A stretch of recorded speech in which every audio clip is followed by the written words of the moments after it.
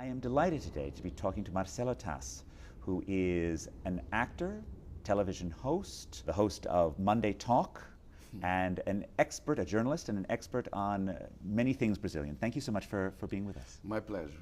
So your show, Monday Talk, is based in Rio de Janeiro, but you live here in Sao Paulo. Yeah. Help us understand what you see as being the most important differences between the two cities. There are two planets, very, very different, and so close. So for me, it's a challenge, because when you commute, my commute is a 40-minute flight, you have to change your ship.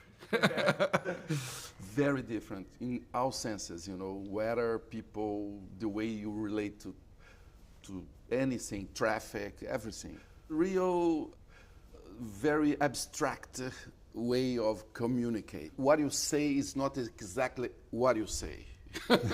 So let's talk about traffic lights. So the red sign is not real red. When you take a cab, you suddenly find somebody who feels very intimate. He opens your life. The driver. Yeah, it's amazing. I think we can make several shows inside the traffic cab in Rio. São Paulo is the opposite. I mean, people very straight. I'm talking general, of course. But in Rio, you have a very different mindset related to São Paulo. São Paulo is a very cosmopolitan city with people from all over Brazil. It's the largest city in any, let's say, culture, Brazilian culture, Northeast or South, Italians, Germans, Japanese, Greeks, Japanese, 1.5 million Japanese in Sao Paulo. So it's much more diverse. And Rio has a very strong culture and very strong habits, ways of, you have to learn, and you have to. Each city, in my opinion, you have to surf. You have to be a surfer. You have to take the wave. You have to respect the local culture.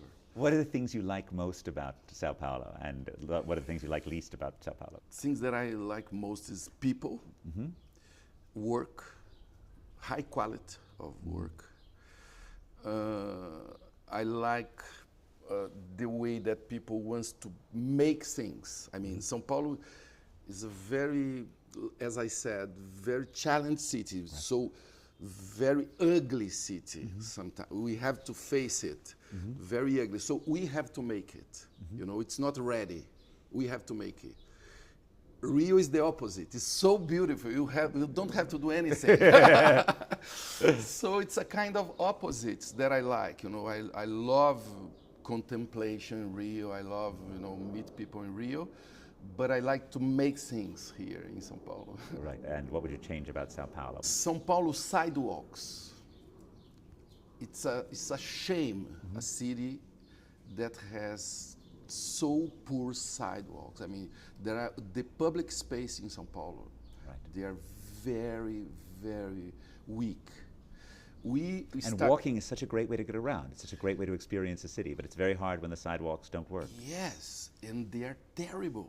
They are terrible. And what is amazing is the few sidewalks and public space that São Paulo starts to take care became a huge success. Paulista Avenue, you can name it.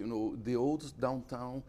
Have time, or we don't have impulse. You don't have, so much oriented,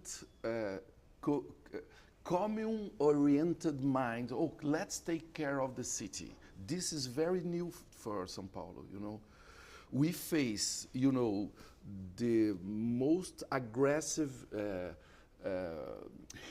urban explosion in the 50s and 60s. São Paulo it was a small city, and suddenly 1.4 million in 1940, 3.8 million in 1960, 8.5 million in 1980. All the people that are living right now, we were there facing this growing, it's not healthy, you know, when you grow like that. So for me now, Sao Paulo is facing a new era, you know. We are starting to see that slow down is not bad. When you slow down to you know, to put quality, to put subtleties, you know, in your day-to-day life, you know. What do you think is the biggest mistake Americans make about Brazil?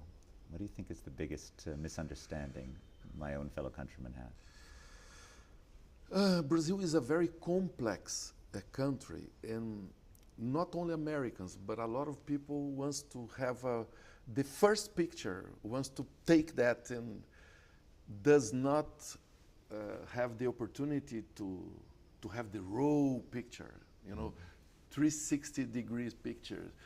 And I understand, because when you arrive in Brazil, you have the first impression, which is this tropical paradise and hell, and there is no rules, but at the same time, a lot of people creating a lot of stuff.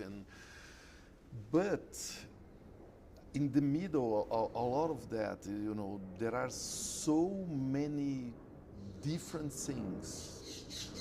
There is a diversity of experiences, which is very important that you take time to breathe, and after that to see, you know.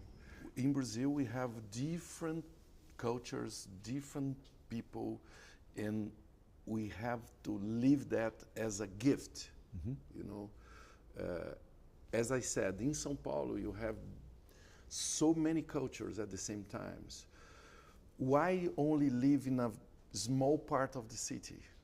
Why only live with only people that is like you?